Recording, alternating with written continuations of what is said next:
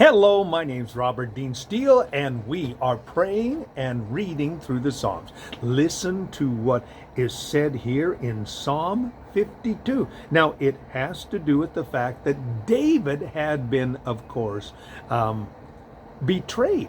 And so this is what he has to say. Why do you boast of evil, O mighty man?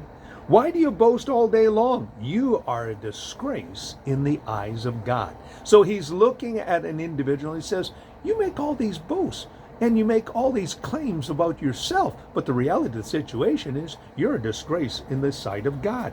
Your tongue plus deception, it's like a sharpened razor.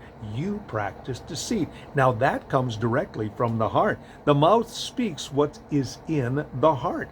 Then he goes on to say this. You love evil rather than good, falsehood rather than speaking the truth.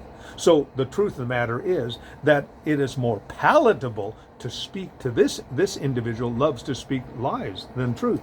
You love every harmful word and you have a deceitful tongue. He says that is who you are, and that's the essence of who you are. Surely God will bring everlasting ruin to you. He will snatch you down and tear you from your tent, and he will uproot you from the land of the living.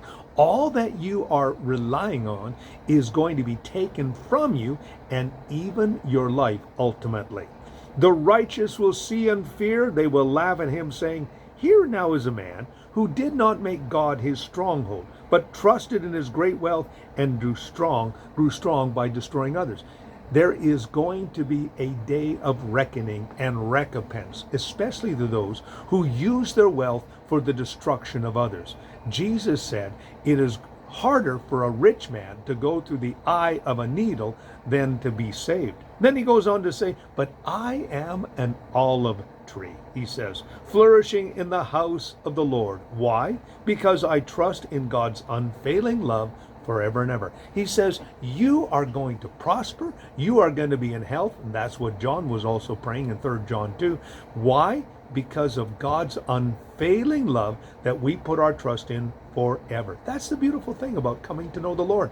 You are placing your eternity in the hands of the Lord. Then he goes on to say, I will praise you, Lord, forever for what you have done. And Lord, in your name I put my hope, and your name is good. So he says, Lord, I am trusting your name. What you've said to me in your word, I'm putting my future in your hands. Then he says this, and I will praise you in the presence of your saints. He says, I'm going to tell everybody in the congregation of the righteous who you are and what you have done. Psalm 52. My name is Robert Dean Steele. We've been reading through the Psalms and praying them.